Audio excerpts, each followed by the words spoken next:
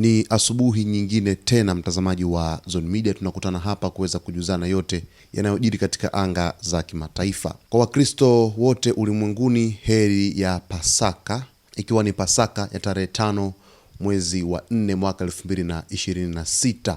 Sasa rais wa Marekani Donald Trump jana usiku kwa saa za huku kwetu Afrika Mashariki alichapisha ujumbe kupitia kwenye mtandao wake wa Truth Social, akiambatanisha na video, akasema kwamba viongozi wa kijeshi wa Irani wameuawa katika shambulio kubwa huko Tehran. Yaani jana Marekani na Israel waliweza kufanya shambulizi la pamoja huko nchini Irani. Na kabla ya taarifa hii ambayo rais wa Marekani Donald Trump ambaye ameweza kuichapisha, vyombo mbalimbali vya habari nchini Israel viliweza kuchapisha taarifa kusema kwamba Israel na Marekani wanajiandaa kufanya shambulizi kubwa sana katika baadhi ya maeneo pale nchini Iran. Sasa baadaye rais wa Marekani Donald Trump akachapisha video ambayo ilikuwa ikionyesha mashambulizi, kwa sababu video ile ambayo rais wa Marekani Donald Trump aliweza kuichapisha ilikuwa inaonyesha kama ni usiku hivi, yani ni giza kubwa, giza nene, lakini yanasikika mashambulizi.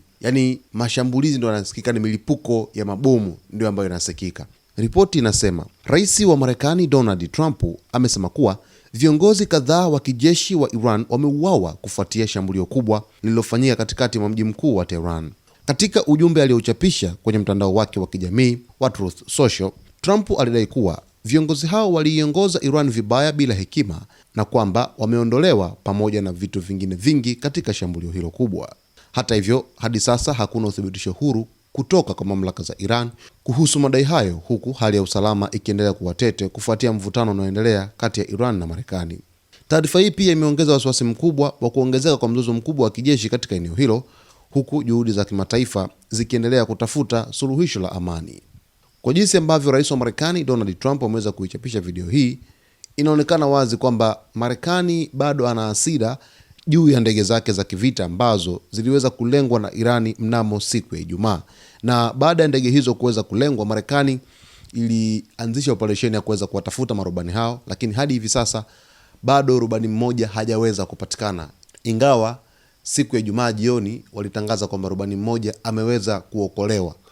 Hivyo Marekani sasa wanafanya operesheni kubwa za kijeshi, na inaonekana kwamba kuna paniki ndani yao imewaingia kufuatia ndege zao kuweza kushambuliwa na jeshi la walinzi wa mapinduzi ya Kiislamu la Iran IRGC.